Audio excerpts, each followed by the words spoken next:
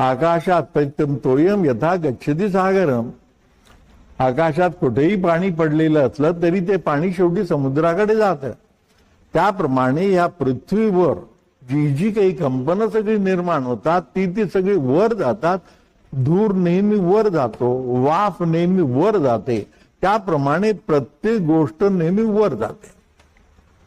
म्हणून वरून खाली, खालून वर अशा प्रकारचं जे तत्व विश्वामध्ये कायमस्वरूपी कार्यरत असतं ते तत्व तसंच्या तसं माझ्या ठिकाणी आहे.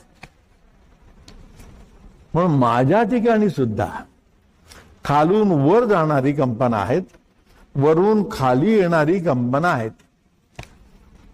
आता ही कंपना आहे ती एवढं खरं, परंतु ही कंपना नेमकेपणाने दाखवायला पाहिजेत आणि त्याचा अनुभव यायला पाहिजे.